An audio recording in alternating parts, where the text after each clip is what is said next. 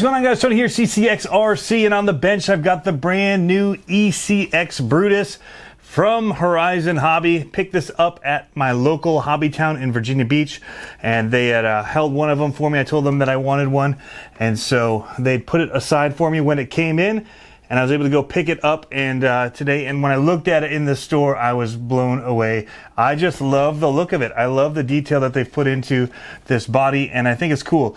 It does have stickers on the windows, but that's all right. I'm okay with that. I still think the overall look is really cool, and I can't wait to get it out and start bashing with it for you guys. But first, we're going to do the unboxing right after the break.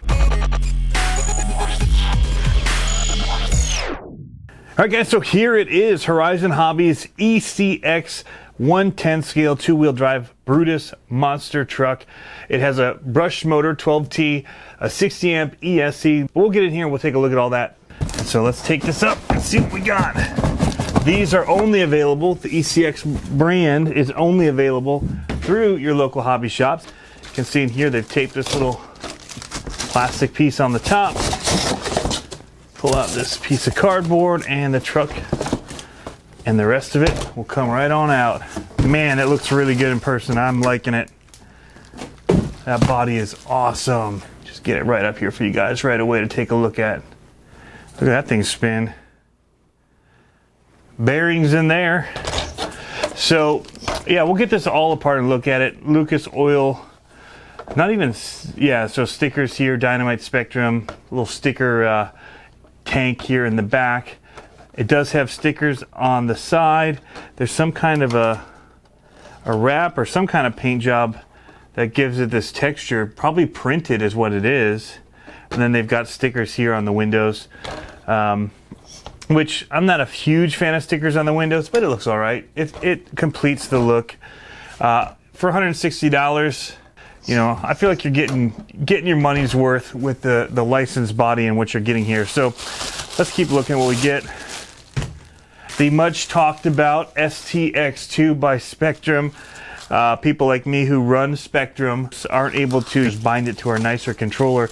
It is a different style receiver that is not compatible, and so that's a little bit of a bummer, but I'm not too worried about it.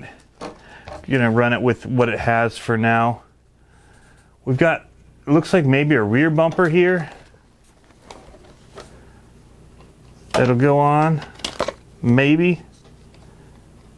We'll have to look and see where this goes, but that would be my guess, would be somewhere here on the back. Could be wrong. Wouldn't go up front, that's for sure. We'll have to look in the instructions and see if they say anything about that. Got a little foam piece here for your battery tray. Does come with the batteries for the Spectrum STX2 controller, so that's nice. Got a little baggie of parts and screws and a little wrench in here. So a couple of spares. Looks like a servo horns and like rod end kind of things. Maybe these go to help you install this guy, so we'll see. Manual here. Grayscale, lots of diagrams showing you how to put your batteries in, how to work on the trucks. Probably here in the back somewhere there's going to be like a part list and all that. Hopefully. That's always nice. Yep, here we go. Kind of the breakdown of the truck and all the different pieces and components if you need to have a diagram for that. Little error things, all the stuff you find typically in here. How to build your shocks, how to operate the speed control, setting your gear mesh here. Great tip to have if you're new into the hobby and getting one of these. So overall, this thing looks pretty good. I guess I didn't look closely for where this goes yet. I think it looks good without a back bumper on, so we may just leave it as is. That's probably what I will do. All right, so here is the controller. Looks like we're gonna have a little cat fight with the dog, but take a quick look over the features that it has on here. It's got a plastic wheel. You could put like a wide rubber band around here that you get with maybe vegetables or something. Those are kind of wider and give you a little bit of grip on here if you wanted. Has an on-off switch here on the bottom. Going back to the top, we're going to see that we have throttle rate, which is how much your end point is on your throttle, then the trim for kind of finding what 0 is, or what the controller thinks is 0, the ESC kind of talking to each other. And so if it's starting to drive away without you pulling the trigger, then it's set too high. If it's going in reverse, then it's set too low.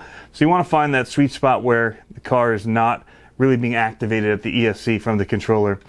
Steering trim is going to set your steering for allow you to make it drive straight, and then the steering rate is going to be how much it'll throw the tires. So if you turn that down, it's not going to turn as hard or as much. The more you turn it up, the harder the tires are going to turn, which can make it a little bit more difficult to control going straight and on speed with speed. So that's something as you're beginning. If you got a younger kid, you might turn it down so that their reactions aren't every time they touch this making the truck go all over the place. 4 AA batteries that come with it, as we pointed out before. And then a throttle limit here on the bottom, 50%, 75%, and 100% as far as the limit that you have as well here. Then you've got reverses for both throttle and steering. Pretty basic stuff. Let's look at the truck though. Again, we looked at it already. ECX kind of stamped on there like the BKT. I like the tires. There are no foams in them, but they feel pretty good. The rims look decent. Got kind of like a little beadlock patterning in there. Decent tread. 2.2 size tire. The body, we'll take it off here. Give one more quick look at it now that we have it able to look a little bit more closely. Got little stickers here, kind of like where the whiskers would be. Crazy eyes and teeth. I love it. Slobber coming down the side. Broken free. Break the chains. Got their ECX logo on the back. And so, yeah, it must be somehow printed in here. But yeah, it's nice. So we do have oil-filled shocks. Let's just go ahead and tilt this down for you guys. And they feel pretty decent, I would say, for stock. The front's a little bit more springy than the rear. The rear feels a little bit more dampened. If we get a look in here, we'll see all the different parts. The A-arms are plastic. I did buy another set of those just because I fear I may break them if I jump it too big or whatever. You can see all of it's molded plastic up here. It is using screws, so you got Phillips head in there. This is interesting because you have a nut on this side and a screw head on this side, so that'll be interesting to see why they did that when we take it apart at some point. We have a servo saver tucked in right under here that goes to your steering mounts. You can hear the servo working, which is tucked right up inside here underneath this piece, which we will go ahead and open up for you guys in a minute. Give you a look at what's under here, because we do have our receiver underneath this plate as well, probably just to keep dirt and all that out of there. I like that. Having to get in there with the screw is kind of a bit of a pain, but you know, it's nice that they have it, and it's just, it looks like 2 screws, so that's welcome. So we do have a little battery tray here, and it has a plate that is adjustable. Knobs on here to get it on and off. I wonder if we could, doesn't look like you could flip it over. So it does have foam in here, not strapped down. Looks like you could run some pretty long packs in here. And it's cautioning us right here, caution. It's only designed for a 7-cell nickel metal hydride or a 2S LiPo battery. Anything more than that will potentially damage it, and it will also void our warranty. So the ESC does look like a quick run, but it is a Dynamite 60 amp waterproof ESC. It looks like a rebranded quick run. They've got it kind of strapped on here with a couple of screws that hold it in place. You can see there, which, you know, that's welcome over tape. I do like that. So I like that a lot.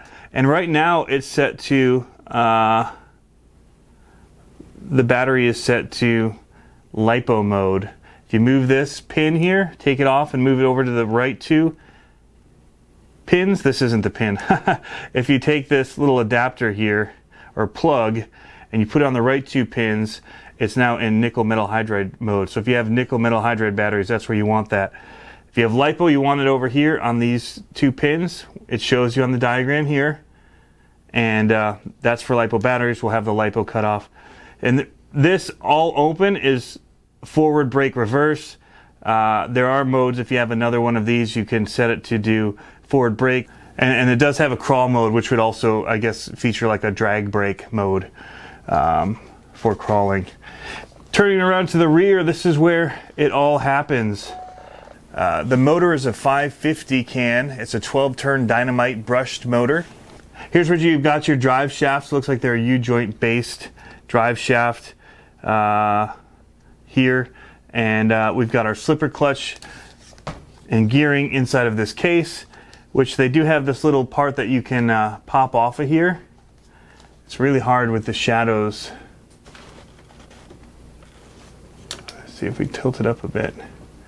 So you can pop this off to be able to adjust your slipper clutch in there, but it still takes 2 screws. I wish that would have been maybe like just kind of a rubber piece that you could pop in and out, or something that would twist on and off. Probably is this way so it doesn't pop off when you're running and get dirt and stuff jammed up in there. That's probably my guess. The ease of use makes me want this to be something that you can just pry off really quickly on the run and adjust it. But I guess either way you have to have a wrench to do that. And so you might as well take out a couple of screws. The bummer is you have to take the wheel off if you want to use a nice nut driver to get to this one back here. So it does run hexes on these parts on this casing here, and so you will have to have, you know, 2 sets of wrenches to be able to get in here. You'll have to have it looks like a 1.5 millimeter hex wrench to get into these, and then you're using a Phillips in other parts of the vehicle. You've got your shock towers up front here with your body posts. These are adjustable up and down if you want to change out your body. The steering block in here, everything's plastic. And there's no adjustability. They're just straight plastic rods, which is fine for a basher truck like this. It's going to be just fine. And yeah, so let's take this off and just get a look inside here. But overall, that's the main look at the chassis. It does have some braces on the bottom here as well, and a very slim line in the middle. And hopefully we'll get some wheelies and stuff out of this. We're going to be running it on 2S LiPo, and yeah, looking forward to it a lot. One thing I did not mention is that it is running the new IC3 connector. So it's like the EC3, except it's an IC3 for the intelligent charging that they've got going on with Spectrum. Starting to see Spectrum do more than just radios. Maybe they've done that for a while. I've just never really tracked it. All right, yeah, so in there you can see SRX 200. That is their new receiver. It's got a little plastic piece that's just floating in there, but it's being held down by this little brace that's screwed down. I kind of like that, all right. I wonder if that'll get any damage to it because of that, or if things will pop out, but we'll see. We can always tape it in there as well if we want more. And then you can see the Horizon Hobby branding here on this Spectrum waterproof servo. So that's easy enough to get to. I have no complaints about how that's working. The 2 screws were easy enough to get out as well. I don't think every company has to do things the same way. I kind of like how they've done this. Some of those small ones where they try and cram everything in with the receiver get difficult to fit everything in there. This seems like a nice way to do it with this nice big area. And it's 2 screws to get to all of it. So if you want to work on your changing out your servo because maybe you hit something and you strip some gears, you're already in there and you're going to be able to get to the receiver as well and be able to swap that out real quick like so. That's nice. But 2-wheel drive makes this thing easy to work on. Great beginner truck. I think 2-wheel drive is a lot of fun, especially in these monster trucks. I know everybody's already saying, not everybody, but there's a lot of people already saying, bring out a 4-wheel drive. And you know, this is not necessarily the market that this is for. This is geared toward the consumer market. I think that the price point that they're able to bring this in for 2-wheel drive with the custom body is going to make it better on just the overall marketplace in a hobby shop. Somebody seeing it and wanting to walk out with it. It's not necessarily going to be your you know, full-time RC enthusiast guy that's all over YouTube and whatnot. I don't know. It sold me that way. So, but I also was taken by this two-wheel drive Gravedigger because of the look of it, and I wanted to walk out with something that looked cool. I didn't know enough about RCs to know that this was not going to be as fast as the you know, the Losi that I bought later, or some of the racing vehicles. But I was so happy with this thing. I had so much fun. Got me into the hobby, got me started, and look at where I am now with it.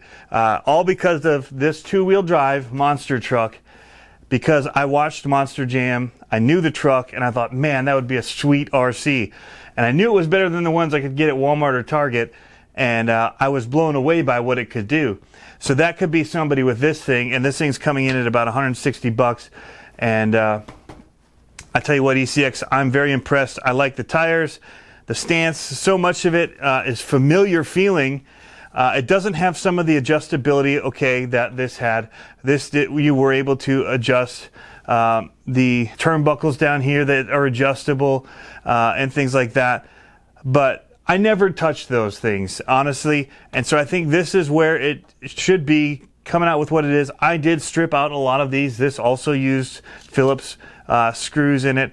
And so, you know, eventually an upgrade kit that goes to Hex would be probably the way to go if you really want to use this thing a lot.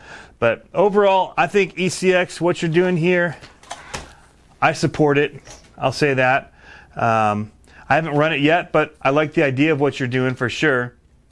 And I'm really excited about the licensing that you've got with this particular body and what you're bringing to market right now. So kudos to you for that. And we'll get you guys some run footage of this thing, and we're just going to go have fun with it and do monster truck stuff. You guys know I love the monster trucks. Anyway, thanks for tuning in as always, guys. Hope you're having a great day and you're having fun RCing. We'll catch you next time.